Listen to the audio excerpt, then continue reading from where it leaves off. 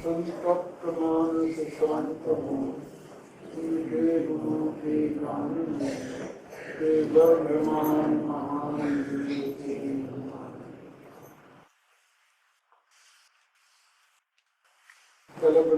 प्रारंभ की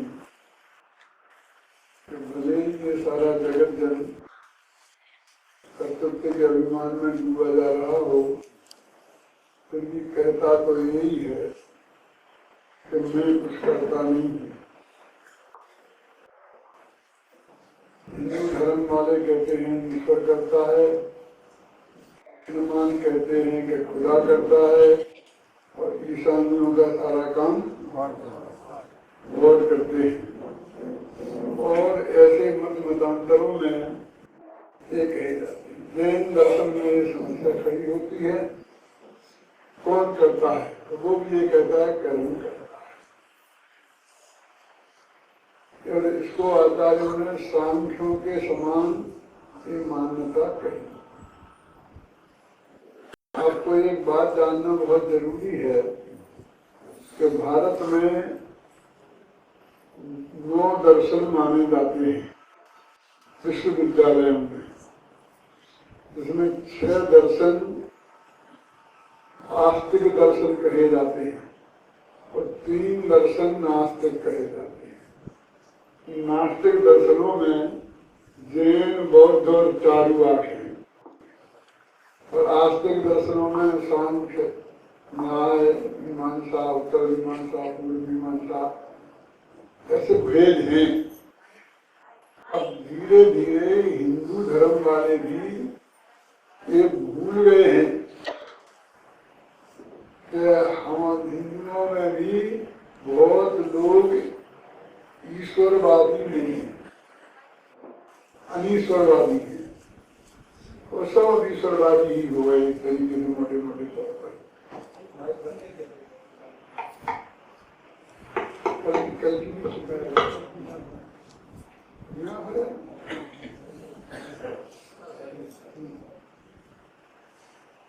ये जो 6 दर्शन हैं, 6 दर्शनों के भेद हिंदू भी भूल गए। ये काम किया है तुलसीदास। आपको ये जानकर आश्चर्य होगा कि आप क्या आरोप लगा रहे हैं एक बड़ी सभा में और टीवी पे जाएगा ये।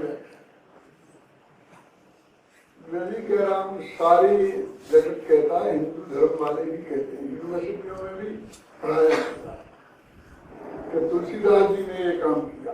क्या किया कि जब तुलसीदास जी का जमाना था, शैव, शाक्त, वैष्णव आपस में बहुत बुरी तरह लड़ते थे, और लड़ाई होने की वजह से झगड़े बहुत। तो तुलसीदास जी ने क्या किया रामायण में? शैव माने शिव जी के भगत, वैष्णव माने विष्णु जी के भगत, शाक्त माने शक्ति के भगत। दक्षिण भारत में है लिंगायत वगैरह, इनमें आपस में बहुत झगड़े होते थे। तो हिंदू मुसलमान जैसे कट्टर शत्रु थे एक दूसरे। तो उन्होंने क्या किया कि राम के मुख से शिव जी की प्रशंसा कराई रामायण में। तो साफ साफ शब्दों में लिख दिया, शिवद्रोही मम दास कहावे, सुजन्य स्वप्न में नहीं पावे। शिव जी का द्रोह करेगा तो मेरा दास कहलाएगा, मुझे सपने में भी नहीं पा सकता। ऐसा तो कहलाया राम जी से, रामचंद्र जी से। और वहां विष्णु का राम शिव जी से क्या कहलाया कि वो तो सर्वभगवान है, मैं क्या हूँ उनके सामने। तो इस तरह से एक दूसरे से प्रशंसा कराई कई जगह रामायण में। और रामायण का वो वातावरण जब देश में बना तो शैवों के और वैष्णवों के मंदिर एक साथ बन गए। तो झगड़ा होते थे ना मंदिरों के लिए। एक ही मंदिर में एक वेदी शिव परिवार की और एक वेदी राम परिवार, विष्णु परिवार।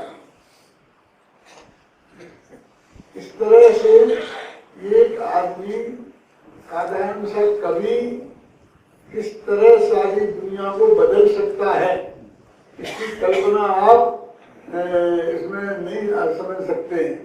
किस तरह से उन्होंने उस राग देश को कम करके और हिंदुओं को सम्मिलित कर बहुत बड़ा काम उन्होंने किया। मैंने पंडित टोडरमल जी के बारे में लिखा ना, तो अंत में आप पढ़ेंगे मेरे पंडित टोडरमल व्यक्तित्व में कि ये लिखा उसने कि जो काम महाकवि तुलसीदास ने समन्वय का हिंदू धर्म के संदर्भ में किया, बहुत कुछ वो काम महापंडित टोडरमल जी ने जैन धर्म के संदर्भ में किया। व्यवहाराभासी बहुत करते थे और तरह के लोग बहुत करते थे और उनको एक स्टेज पर खड़ा किया तो तुम व्यवहार की उपेक्षा करोगे तो फिर व्यवहार से नरक जाओगे, लेकिन जाओगे बेटा ये समझ लेना।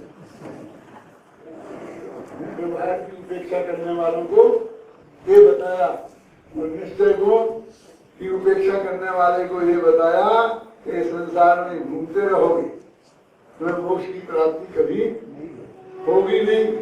तो निश्चय के मुख से ये कहलवाया कि जो व्यवहार का विरोध करेगा वो मेरा विरोध किया, क्योंकि वो न्याय का विरोध किया। और जब निश्चय से और जब निश्चय व्यवहार से कहलाया कि निश्चय तो न्यायाधिराज है, मैं तो उसके लिए समर्पित, मैं तो उसका प्रतिपादन करके स्वयं उसके मुख से निषिद्ध होना चाहता हूँ। तो ये काम समन्वय का काम जो तुलसीदास जी ने किया था वो काम है टोडरमल।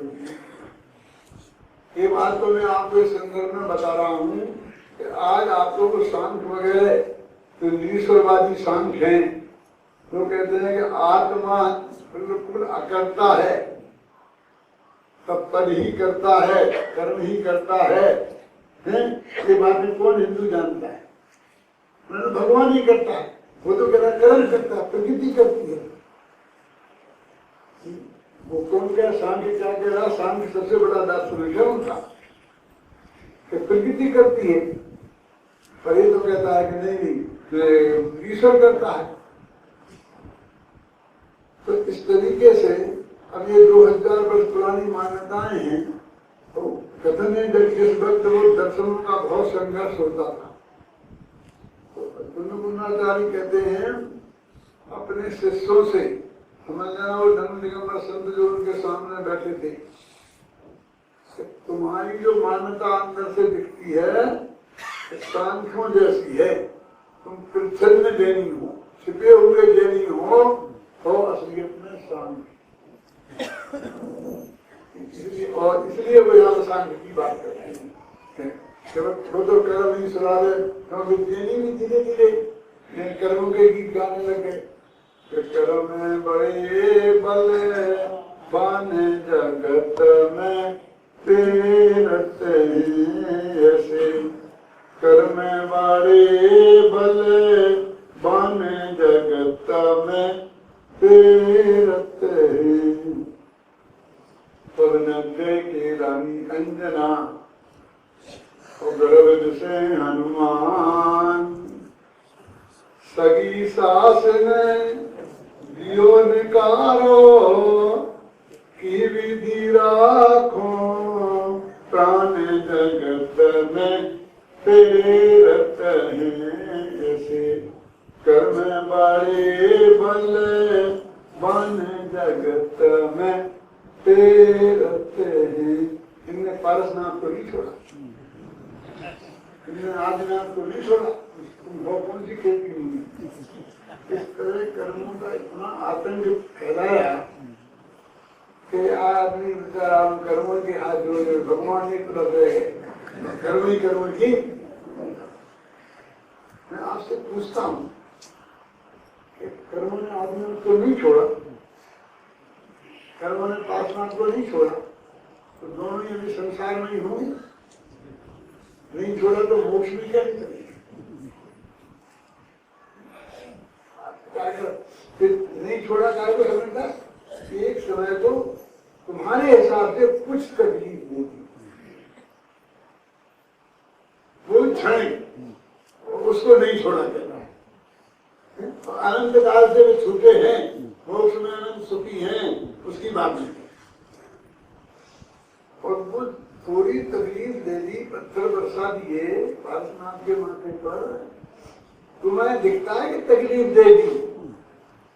उन पार्श्वनाथ से तो पूछो तो उन्हें तकलीफ दी, तकलीफ हुई होती तो उन्हें केवल ज्ञान नहीं होता।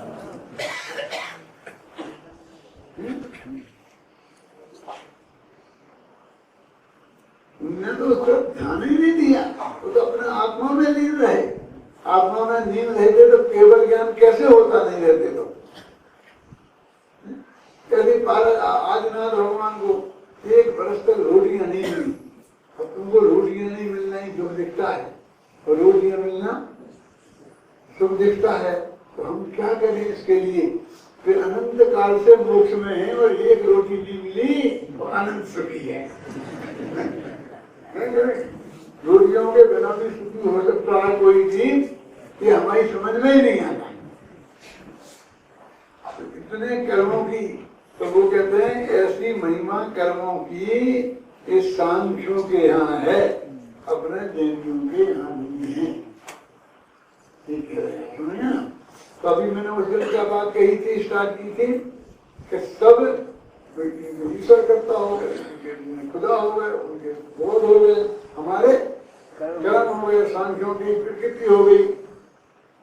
अपने यहाँ कर्म को भी प्रकृति बोलते हैं ना, 4 प्रकार का बंध होता है, प्रकृति बंध, प्रदेश बंध, स्थिति बंध, अनुभाग बंध। और अपना सांख्यों की प्रकृति से अपना ये प्रकृति शब्द मिल जाता है।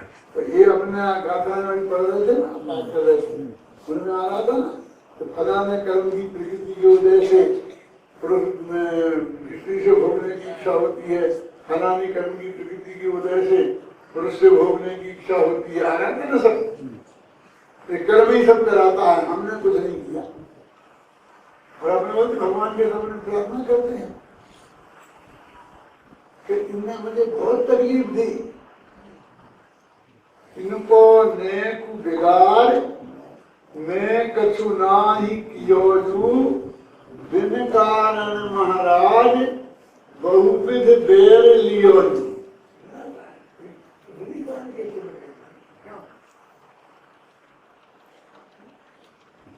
कितने कितने दुख दिए मुझे, क्या दुष्टन देव ने कहा सज्जन को रख लीजिए, बहुत सज्जन है नहीं।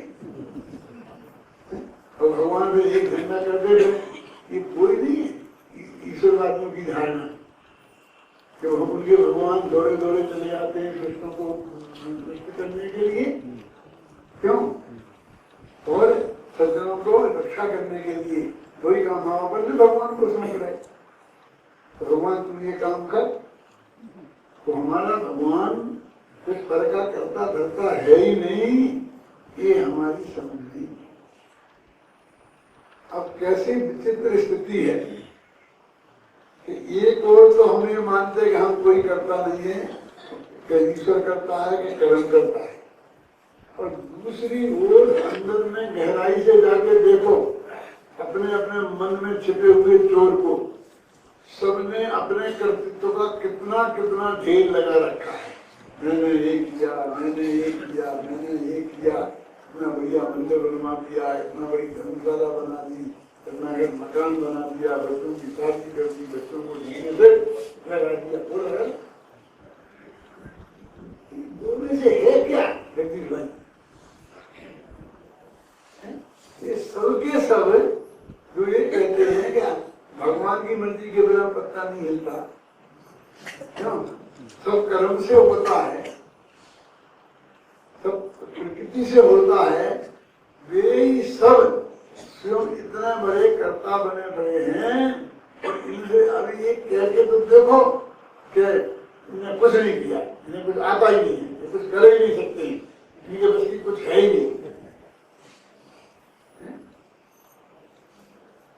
एक रोज की सब्जी तो खरीद के लानी है, क्या है, बड़े बड़े करवाने ये सब्जी खरीद के ला रहा है इनके तो वो बुद्धिमान हो जाए, और सब्जी नहीं खरीद के ला पाए तो मूर्ख हो जाए। इनकी बुद्धिमत्ता की और मूर्खता की परिभाषा ही है। जिसको अपना जो काम कराना है स्वार्थ का, क्यों तो वो ही करे तो वो ही समझदार बुद्धिमान है, और वो नहीं करे तो वो समझ लो प्रसिद्धि हो जाए। ये दोनों बातें ऐसी गहराई से हमारे अंदर अनादिकाल से चली है, बिल्कुल परस्पर विरुद्ध। तू करता है कि नहीं करता है? जब भी कोई ऐसा छोटा काम आएगा, कोई नहीं बनेगा भगवान, तो उसमें क्या होगा? क्यों? अच्छा काम आएगा, मैंने किया कहना सारे जगत नहीं करी। अभी हम आचार्य कहते क्या मान के समझाएं, तू करता है ये मान के समझाएं कि तू करता नहीं है ये मान के समझाएं। तू भी कथन चिल्ला दी मौका आता है जैसा अपना उपयोग करने लगता है। आचार्य भी कह रहे हम तेरे को ये समझा रहे कि तू रागादिक भावों का सदखा करता है। देखो वो रागादिक भाव खोटी चीज है ना। मैंने कल उदाहरण देके बताया था ना परोपकार के संदर्भ में कि शरीर हमें मिल गया है, मनुष्य भव मिल गया है, इससे मोक्ष की प्राप्ति होती है, एक बहुत बड़ा उपकार है दुर्बल काम का। तो जहाँ शास्त्र में ये लिखा है शरीर बाना मान, शरीर बान मना है ना, काय में वचन योगा तो वगैरह सब प्राण ऐसा है ना सूत्र, प्राणोपान ये सब 10 प्राण है ना, इसमें भी 10 प्राण की बात आई है। जैसे नंदर की टीका में अपन ने कल पढ़ी थी ना कि 10 प्राण से सहित आत्मा सहित है कर रहे हैं। 10 प्राण, यही 10 प्राण है। गुजराती में आज हिंदी में पढ़नी पड़ेगी। मतलब एक 10 प्राण से आत्मा जुड़ा है कि तो वो कहते हैं कि 10 प्राण से भी आत्मा जो मनुष्य ना पता नहीं इनसे इसे सर्वथा जुड़ा नहीं है। 10 प्राण तो शरीर का नाम है। क्या कह रहे हम तो बुद्धि देह जीव को ये गिने बहिरागम सब तो मिला है, लेकिन सर्वथा जुड़ा नहीं है। क्या तो दिया था हमें बताओ तो 10 प्राण से यदि जुदा मानेंगे तो क्या दिक्कत खड़ी होगी? पूछूंगा किसी से नहीं, लेकिन जिसको समझ में आया हो वो हाथ उठा के। मुझे अंदाजा तो लगे किसी की समझ में आया कि नहीं आया, क्यों मुझे डर लगता है क्यों रिपीट कर रहा हो, क्यों रिपीट कर रहा हो। रिपीट करना तो उचित सिद्ध हो जाए। तुम्हारी कोई समस्या नहीं है, मुझे मेरी समस्या है। वो ये कहते हैं कि यदि 10 प्राण से आत्मा पूरी तरह जुदा होता तो जैसे तुम्हारे शरीर की काटछांट करने से, तुम्हें शरीर में डंडा पड़ने से मुझे दुख नहीं होता, ऐसे ही मेरे शरीर की काटछांट करने से मुझे दुख नहीं होता। लेकिन ऐसा प्रत्यक्ष से विरोध देखता हूँ, कोई मेरे से हाथ को काटे तो बहुत भयंकर दर्द होता है, तुम्हारे को काटे तो मैं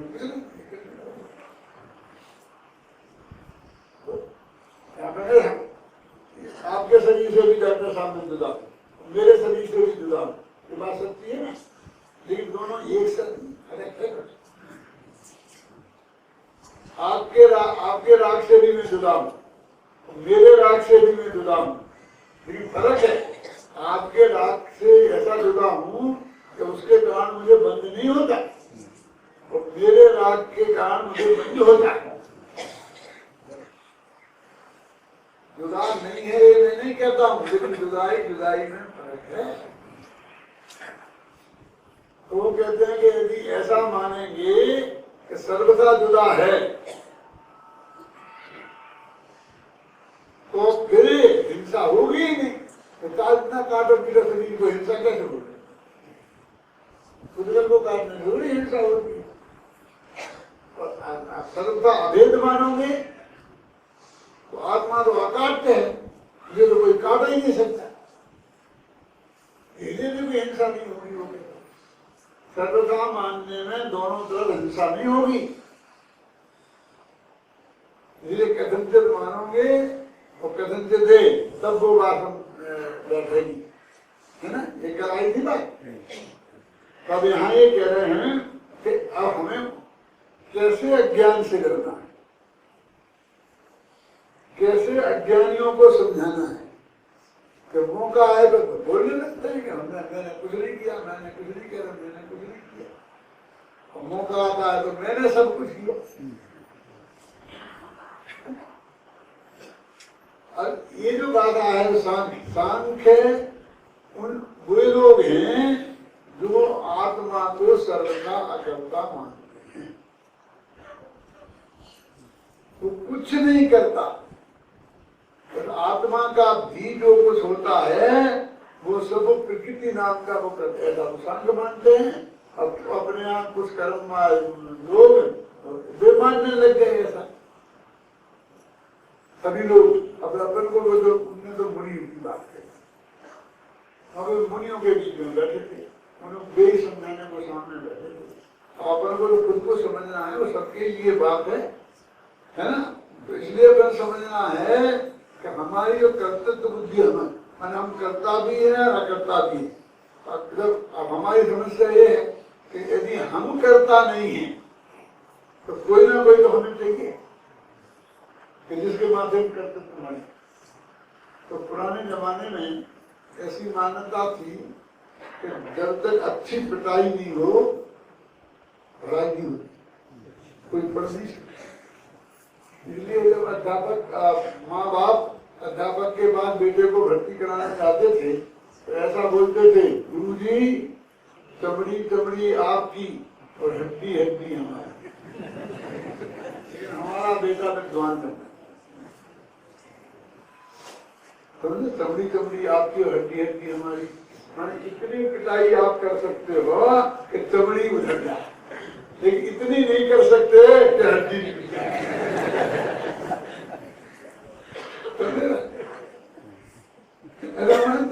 कोई पिटाई के बिना आते ही नहीं। अब राजा के बेटे को पढ़ाना, अब राजा तो कोई पढ़ाएगा नहीं, पढ़ाएगा तो साधारण पंडित ही बेटा। अब वो राजा के बेटे की पिटाई नहीं करे तो वो पढ़ नहीं सकता। पिटाई करे तो आज तो मान लो राजा कुछ नहीं कहेगा, कल वो राजा बन जा तो कल दुर्दशा हो जाएगी। तो वो क्या करते थे कि ये राजा के बेटे को पढ़ाने को बैठाते थे और उसके बगल में एक मजदूर बैठाते थे 2 रुपया रोज। और जब गुरुजी को गुस्सा आए तो उसकी पिटाई।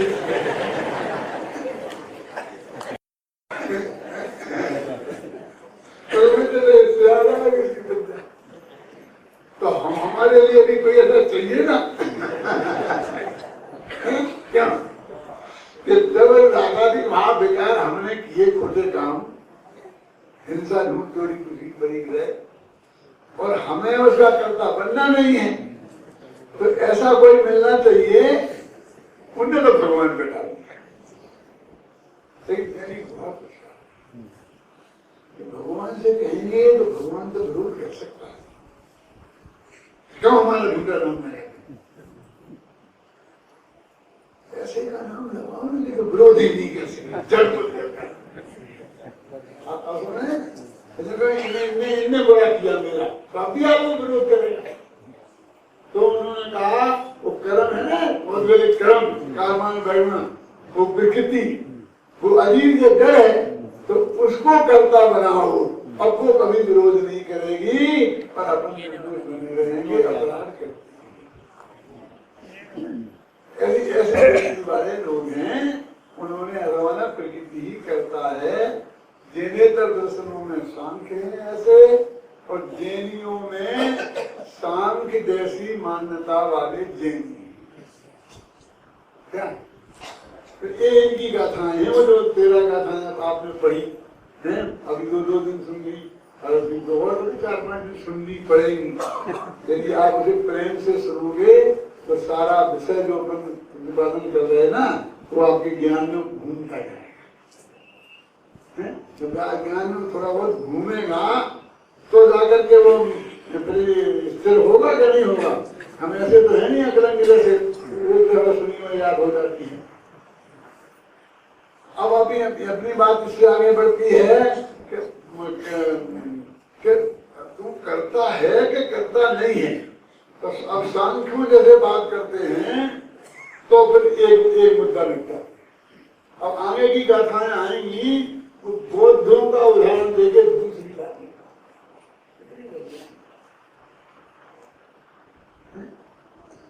लेकिन कर्म ही करता है, कर्म ही करता है। तो बौद्ध क्या कहते हैं कि करता तो आत्मा है, जो आत्मा करता है वो आत्मा भोगता नहीं है, तो भोगना नहीं पड़ता। तो अपन तो यही कह समझाते हैं सारी दुनिया को, तो भैया करे तो भोगे, करे तो भोगे, तो समझना कर रहे हो एक एक भोगना पड़ेगी। क्यों समझाते ही नहीं समझाते हैं। तो वो क्या कहता है कि जो करता है उसे भोगना नहीं पड़ता, फिर आजादी होगी। करो कर्जा लो, गवर्नमेंट ने अमेरिका से दूसरे देश से करके अगली गवर्नमेंट 2 रुपए किलो गेहूँ 5 रुपए रखा है, तो करीब 50 महीने में जीत जाएंगे तो प्राइवेट देखी जाएगी। और नहीं जीतेंगे तो वो अगली वोट होगी, वो बंद करेगी तो नहीं होगी। क्यों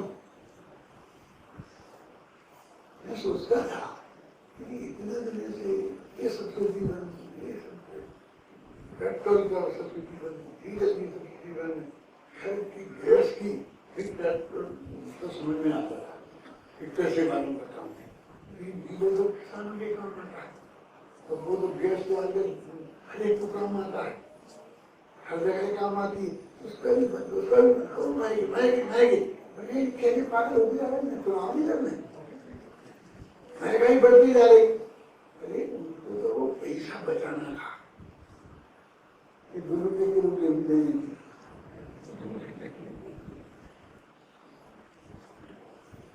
क्या रहा है वो, हमने पैसे कहाँ से लाएंगे, पैसे कहाँ से लाएंगे, आखिर हमने पैसे का इंतजाम किया ना।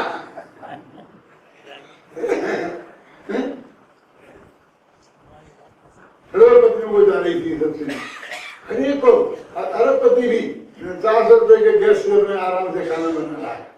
अकेला खाने नहीं, और सबसे ज्यादा गैस का उपयोग तो वही लोग करते थे। हमारे क्या हमने अपनी गाड़ियों में हटा हटा करके गैस की टंकी जड़ दी है, हमने सब डीजल की गाड़ियां ले ली। अब लोग कितने हो, क्या कहते हैं आप समझते हैं। तो ऐसे ही ये सोचता है जो करेगा करना है, भोगना तो है। घटम कृत्या रमण मिले भस्मीभूत से देह से बौद्धों के साथ और चारवाकों के साथ अपन मारेगा, अपन भी नास्तिक हो गया। 3 दर्शन नास्तिक बताए थे ना, कौन कौन? जैन, बौद्ध, चारुवाक। चारुवाक का मतलब समझते हो? अभी कहीं कोई सारे हिंदुस्तान में जाओ तो इस मत वाला एक भी आदमी नहीं मिलेगा। हाउ प्योर गतम कृत्वा ऋणम गतम तले भस्मीभूत से देह से कर्जा करो, जीतियो यावत जीवम सुखम जीवे ऋणम कृत्वा गतम तले भस्मीभूत से देह से पुनरागमनम कृता। जब तक जीना है आराम से जियो, खूब कर्जा लो, क्योंकि देह भस्म हो जाएगी, आत्मा आत्मा तो है नहीं है, तो साफ हो जाएगा, कौन कर्जा बच जाएगा। ये ऐसे इनका नाम चारुवाक क्यों है? चारु माने होता है सुंदर, नीचे अच्छे कानों को अच्छे लगने वाले, बाक माने वाणी जिसकी, खाओ पियो मौज तो गरम हो जाए। क्यों? वो डॉक्टर अच्छा लगता है ना बच्चों को, चाहे कुछ खाओ, चाहे कुछ खाओ, ये नहीं खाना, घी मत खाना, ये मत खाना, शक्कर मत खाना, ये मत खाना, ये मत खाना, तो डॉक्टर ये बात पर नहीं जाना चाहिए। गुरुदेव को ध्यान दिया करके क्या लोगों को ध्यान हुआ, भाई को बोला कि एक घर के बच्चे को अंदर से वो निकला था मोती धरा, समझे टाइफाइड, तो बहुत दिनों से खाना वाना नहीं खाया था, अब धीरे ठीक हुआ, उसकी भूख खुली, बहुत जोर की भूख लग रही थी, तो सब लोग कहते थे वो कुछ देर मत देना, फिर जरा सा पानी देना, फिर ये देना, फिर ये देना, फिर ये देना, तो दो लोग जो आकर के ऐसी कहते थे वो सब बहुत बुरे निकले। अरे कितना बच्चा कितना दुबला पड़ता है, अरे थोड़ा सा हलवा पूरी खिलाओ ना क्या। तो बच्चे पापा ये क्या कह रहे, ये क्या कह रहे, इनकी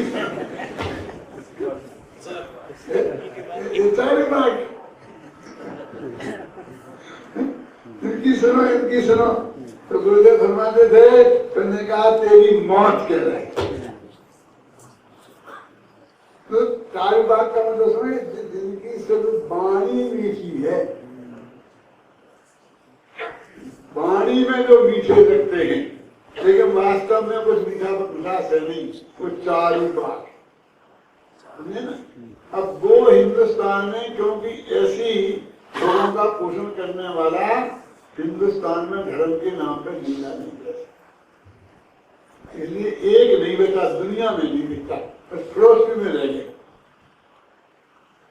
फिलोसफी है ना, जब हम पढ़ते हैं पढ़ाते हैं, तो चाहे भारतीय फिलोसफी पढ़ाए चाहे वेस्टर्न फिलोसफी पढ़ाए, तो उसमें वो चारुवाक आ गया, दुनिया से हट गया वो नहीं।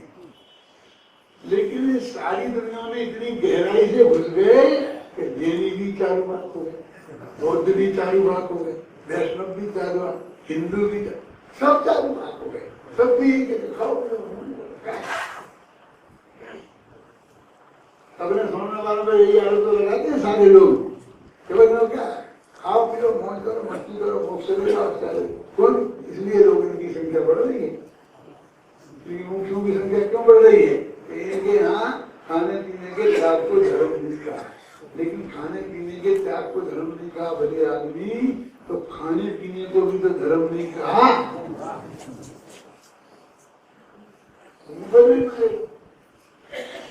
अब बहुत दूर से उमर गया कौन से क्षणिकवादी, अभी आने वाली इच्छा है। वो क्षणिकवादी जो बौद्ध आए, तो वो बौद्ध क्या कहते हैं, बस एक समय में सब क्षण में, हर चीज क्षण में नष्ट हो जाती पूरी तरह, तो वही होगी ना। वो तो क्या कहता था चारुवाक, क्या कहता था कि मरने के बाद गजब साफ, लेकिन जब तक नहीं मरे तब तक तो है भगवान। चारुवाक अच्छे के बहुत बोलो,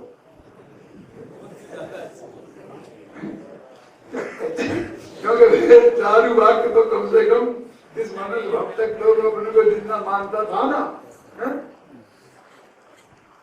लेकिन ये तो कहते हैं हर क्षण नष्ट हो जाता है, सब प्राण नष्ट हो जाती है, नहीं है। इसलिए जिसने किया उसे भोगना ही नहीं, और क्या करता है। तो यहाँ पर उस बौद्ध को पड़ रहा है, वो करता तो भोगता, वो करा नहीं करता भोगता है, तो करेगा वो भोगेगा नहीं। कल उदाहरण दिया था ना, कौन सा उदाहरण दिया था कल? आचार्य संबंधभद्र का एक गाथा है, उनकी कारिका है, जिसने विचार किया है कि मुझे मारना है इसे, वो कभी मारेगा नहीं, वो तो वो विचार करते समय ही मर गया। तो मारने वाला आएगा वो दूसरा, जिसने मारा है वो कभी बंधेगा नहीं, क्योंकि वो तो उसी समय मर गया। बंधेगा कोई दूसरा। करे और जो जेल में गया है वो कभी छूटेगा नहीं। अरे को आदमी बनता है बात, क्योंकि वो तो जाते ही मर जाता है, छूटेगा वो दूसरा। स्वरूप की बहुत लंबी लंबी व्याख्या है, मैं आपको पूरा बहुत दर्शन नहीं पढ़ाऊंगा कैसे अपनी बात को करते हैं। आचार्य कहते हैं ऐसा नहीं है, जो करे सो हो गए कथनचित, और कथनचित नहीं मान के सर्वथा मान ले तो क्या दिक्कत है इसमें? तो ये दिक्कत है कि करे तो हो नहीं पाए, तो अनादिकाल से कर रहा होगा कभी हो गई, कोई भी कर्म से कटेंगे ही नहीं, कोई विकार कभी छूटेगा ही नहीं। हम राग करेंगे कर्म बनेंगे, कर्म दौड़ आएगा, हम राग करेंगे कैसे होता रहेगा। कभी कभी बिना भोगे भी छूट जाते, और उसकी विधि है, उसका नाम मोक्ष मार्ग है। तो यदि करे सो गारंटी से भोगे, ये बात भी पूरी तरह सत्य नहीं है, और करे सो भोगे ही नहीं, ये बात भी सत्य। इस तरह ना दो तीनों को हमने सामने रखा, नित्यवादी बौद्ध सांख्य और अनित्यवादी समझाई कौन सी इन्हें दो बातें। एक ये कि आत्मा सर्वथा अकर्ता नहीं है, कथनचित करता है और कथनचित अकर्ता है। बनारसी दास ने खासकर आचार्य जयसेन हल में ना, आचार्य जयसेन ने इसमें ये बात और जोड़ दी। क्या जोड़ दी? कि अकेले रागादि भावों का नहीं, बल्कि ज्ञानावर्णादि कर्मों का भी और शरीर आदि नौ कर्मों का भी, स्त्री पुत्र आदि का, इन सब पूरे व्यवहार में कुल क्या इनमें भी दोनों में सब में कथनचित लगेगा। इनका आत्मा कथनचित करता है और कथनचित करता है। तो इस तरह से ये बात अपन ने की थी विस्तार करके। अब मैं आप थोड़ी सी गहराई में जाना चाहता हूँ इसी गाथा में। आप लोगों ने पढ़ा होगा, स्वाध्याय किया होगा, ये किताब है, ये किताबें भी ले जाओ, ये भी पढ़ना। ये सब लिखा है मैंने, जो मैं बोल रहा हूँ सब इसमें लिखा मिलेगा, समझे ना। और जैसे अपने कम्युनिस्टों की लाल किताब होती है ना, कहीं हमेशा लाल किताब है,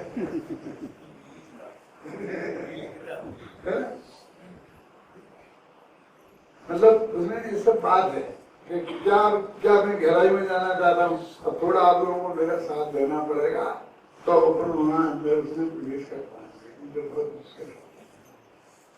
जैसे नाचारी कहते हैं अनुभूति के काम,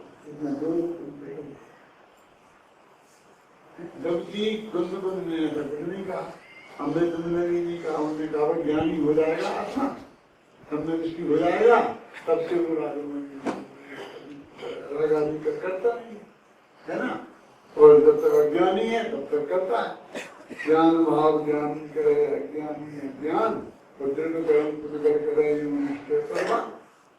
ये उन्होंने वहां ये बात कही करेगा ज्ञान। अब ये कहते हैं अनुभूति के कारण असल हो गया, जब अनुभूति करेगा तब तो वो रागादि का कर्ता नहीं है, और जब उपयोग बाहर आएगा तो रागादि का कर्ता हो जाएगा। नहीं होगा तो बेकार में बिगड़ेगा। तो कल अपन ने पढ़ा था ना, निकालो सुनाओ पढ़ के, निकाल लोगे मिल जाएगा ना। हाँ जी, 308 पेज पर सबसे नीचे की दो पंक्तियों से प्रारंभ करेंगे। पेज नंबर 308 आपको वहाँ पर्दे पर भी दिखेगा। आप देखें और सुने ध्यान से, पूरा प्रकरण बहुत बढ़िया समझने लायक है। कोई कहता है कि जीव से प्राण भिन्न है या अभिन्न। यदि अभिन्न माने तो जब जीव का विनाश नहीं होता तो प्राणों का भी विनाश नहीं होगा। ऐसी स्थिति में हिंसा कैसे संभव है? और यदि प्राण जीव से भिन्न है तो प्राणों के नाश होने पर भी जीव का कुछ बिगड़ता नहीं, अतः इस स्थिति में भी हिंसा नहीं हुई। इसके उत्तर में आचार्य देव कहते हैं कि तुम्हारा ये कथन ठीक नहीं है, क्योंकि काया आदि प्राणों के साथ जीव का कथनचित भेद है और कथनचित अभेद।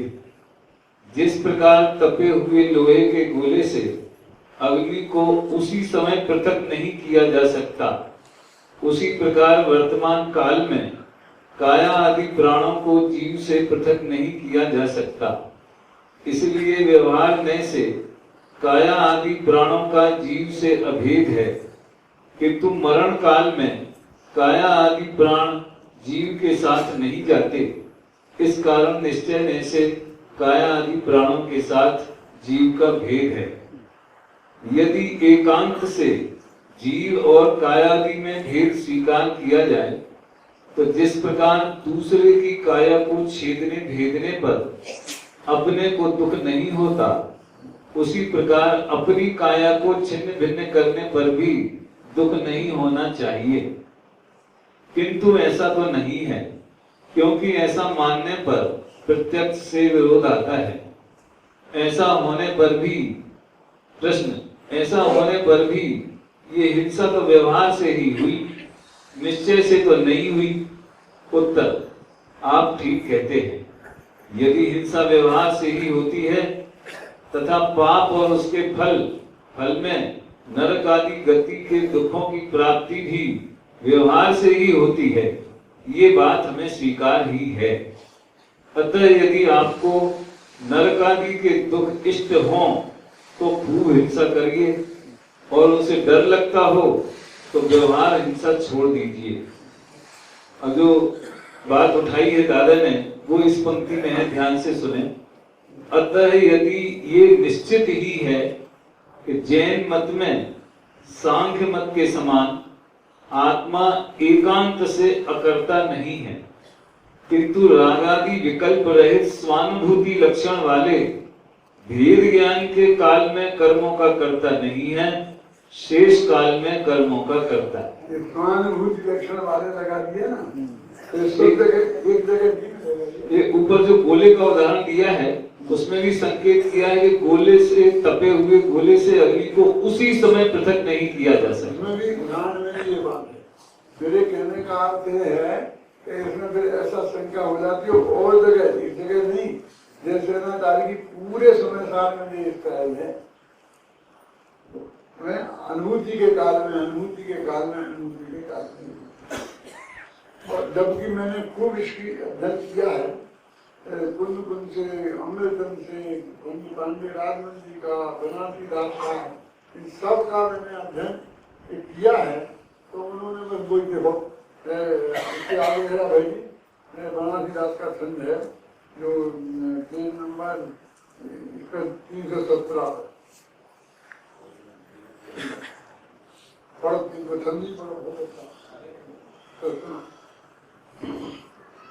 317 पेज।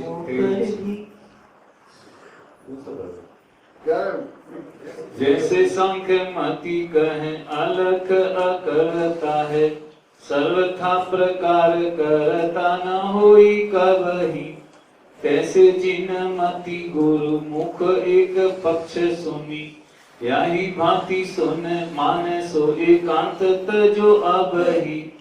जोलो दूर मति तोलो कर्म को करता है, सोमति सदा कर तार कयो सब ही। जाके घट गायक स्वभाव जग्यो जब ही सो तो जग जालो सो निरालो भयो तब ही। इसमें लिखा है ना, जाके जोनो दुर्मति तोलो कर्म को करता और सुमति तो अकर्ता। देखा नहीं, तो दुर्मति और सुमति में तो सम्मत ज्ञान में रक्षा ज्ञान नहीं होता, अनुभव तो नहीं होता। अनुभव के काल में सम्यक ज्ञान तो होता ही है, अनुभव नहीं होता है। शमीना में एक समय को 2-4 समय को अनुभव होता है समय दृष्टि को, और बाकी के समय में अनुभव नहीं होता है, तो तब वो करता है क्या? इसमें दुर्मति है तब तक वो करता है, मिथ्या दृष्टि है तब तक करता है, और मिथ्या दृष्टि नहीं है तो करता नहीं। तो बनारसी दास का मतलब ये हो गया, और बनारसी दास का हो गया, उसका सीधा सच्चा अर्थ ये है कि पांडे राजू तो बनारसी दास तो कहीं से बुलाते ही नहीं, उनका सारा माल पांडे राजवंशी की गलती करते हैं, तो उनका भी हो गया। अभी आप गुरुदेव का भी मैंने पढ़ा, सबका बहुत देखा कि देखे कौन देता है इनका साथ, यदि उसका अर्थ ये लगाया जाए तो। और ये समस्या मेरे सामने बहुत दिनों से थी, तो आपको याद हो मेरी एक किताब है रहस्यपूर्ण, पढ़ी होगी आपको। उसमें मैंने इस प्रश्न को उठाया और फिर उसका बहुत ढंग से उत्तर दिया। क्या अनुभूति 2 प्रकार की होती है, तो तुमने बहुत हल्ला बुल्ला किया। कौन सी? एक तो वो जो अंतर्भूत में आत्मा की है, तो बोलते हैं वो, एक तो वो होती है, और एक वो होती है कि जब से आपको सम्मानसन हुआ तब से आप अनुभूति से समझते हो। जैसा अपन बोलते हैं कि इन्हें 10 साल पढ़ाने का अनुभव है, तो 10 साल लगातार पढ़ाते रहे, इन्हें क्लासों को पढ़ाने का 10 साल का अनुभव है। वो अनुभव कैसा है? साल भर में कितना पढ़ाते? 365 दिन होते हैं, उसमें प्रोफेसर साहब को सिर्फ 100 पीरियड देना अनिवार्य है, और विद्यार्थी को बस सिर्फ 75% हाजिरी हो सकती है, उसमें 100 में 75, और उसी में सब पूरी मानी जाती है, उसी में टॉपर्स निकलते हैं। तो वो रात में सोते हैं और सब करते हैं, है ना, तो उसी के आधार पर उनको अनुभव 10 साल का गिना जाता है। ऐसा नहीं जब जो पढ़ाया हो उतने घंटे गिन करके तो घंटों पर रह जाएगा।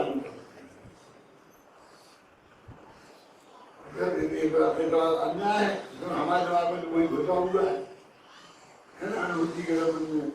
अरे भाई, उसको अंदर में लब्धि ज्ञान में ऐसी अनुभूति निरंतर बनी रहती है कि मैं प्रकाशित भगवान आत्मा हूँ, ये है असली अनुभूति। तो उपयोग में भी आ गई, वो तो है ही, उसको तो क्या कहना। लेकिन उपयोग मान लो बाहर भी भटक रहा है, गुरुदेव की भाषा में कहूँ ना, युद्ध के काल में, भोग के काल में, है ना, ये उसको ये मैं नहीं हूँ। गुरुदेव के कोटेशन इसी में ऐसे ही कोट किए मैंने इस किताब में, अब आपको घर पर पढ़ना पड़ेगी। मैं निशान लगा के लाया हूँ, लेकिन फिर मैं अभी कहाँ आपको निकाल के देखा, थोड़ी तकलीफ आपको भी करनी चाहिए ना। बिना खुद तकलीफ किए ये काम नहीं कर सकते। हमारे पिताजी ने हमको जैन दर्शन कराया, हम विद्वान बन गए। हमने पिताजी से कहा हमने सुनिए, अब अपनी धंधाबाजी बंद करो, अब तुम सब अपने आदमी कल्याण का काम तुम करो। तुमने हमको लगाया हम तुमको कहेंगे, तो हमने बंद करवा दिया, सब बिल्कुल बंद कराया। 24 घंटे हम बताया। अब मैंने कहा पढ़ो, कोई दिन स्वाध्याय करो, परीक्षाएं करो, तुम भी शास्त्री बनो। तुमने हमें शास्त्री बनाया, ये सजा तुम्हें भी भोगनी पड़ेगी। आप वो जाने के रास्ते जो लोग हैं, हमने अपने और बाल बच्चों को, पत्नियों को तो पढ़ाया ही, माँ बाप को भी पढ़ाया।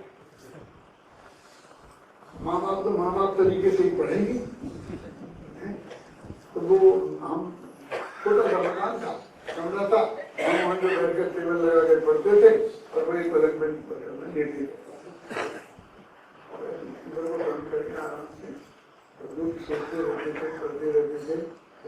भैया वो कैसा, कोई भी प्रश्न नहीं, तो मुझे जवाब दे दो। आगे पढ़ने लगे, तो वो इतना ज्यादा हो गया कि हमारा पढ़ना ही बहुत मुश्किल हो गया। किसी जगह किसी को बैठा के बैठेगा, लिखते रहो, इकट्ठा बैठे आदमी सब क्यों हमें याद नहीं है, लिखते जा तो उठे फिर लिखे। तो एक सेकंड में इतना उपदेश देते हो, जवाब नहीं दे सकते, इतने में जवाब दे सकते थे, इसमें हमने उपदेश दिया, इसमें हमें जवाब दे सकते। बोलो क्या करें?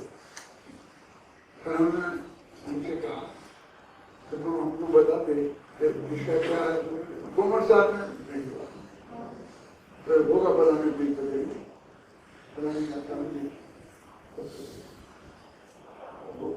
तकलीफ करेगा। तो जब भी बोलते हम कहते समय साल में है, कहता कि कौन सी करता में आगे पीछे देख ना, 8 दिन का था वहाँ एक अब तुम्हें सर जाएंगे, तुम नहीं बता सकते।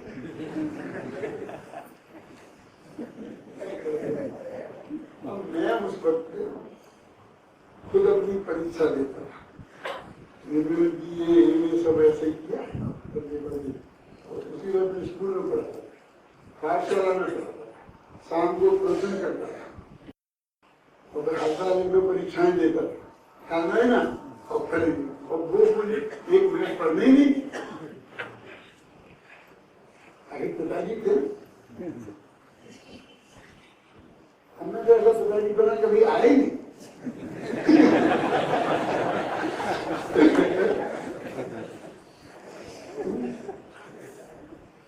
देखो तुम्हें सचमुच का ज्ञान चाहिए तो हमारे ऐसे बताने से नहीं आएगा, वो तुमको खुद देखना पड़ेगा, खुद आगे पीछे अध्ययन करना पड़ेगा।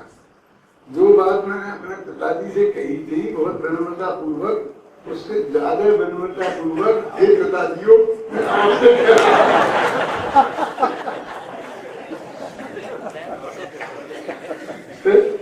थोड़ा सावधान करो, देखने की कोशिश करो,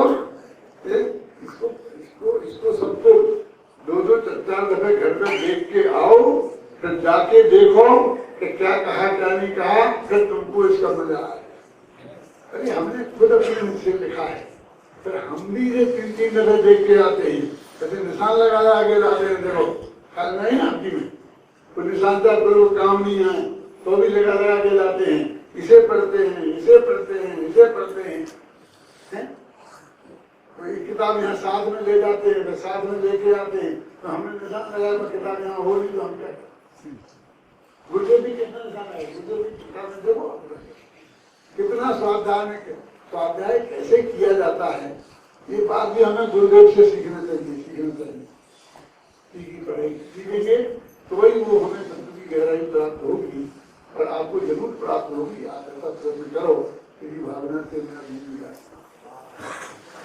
ये जो दादा ने बात कही है गुरुदेव के संदर्भ की, आप ये पुस्तक ले जाएं, यहाँ भी जो उपलब्ध है सरस्वती भवन में भी है, गुजराती में भी है। तो दया दान वृतादि का राग होता है, परंतु उसी काल में राग से भिन्न मैं ज्ञानानंद स्वभावी आत्मा हूँ, ऐसा अंतर में भेद ज्ञान भी वर्तता है। इस कारण वह राग के साथ एक मेक नहीं होता, किंतु उस राग को वह पृथक ही जानता है, केवल उस राग का ज्ञाता ही रहता है। इस प्रकार ज्ञानी ज्ञान रूप ज्ञान परिणाम से ही परिणमता हुआ, केवल ज्ञाता रहने से साक्षात अकर्ता है। बस इसी का नाम समकित है धर्म है। देखिए ज्ञान की अनुभूति को सम्यक दर्शन कह रहे हैं और ये बात अपने अष्टपावड़ में अभी चल रही है।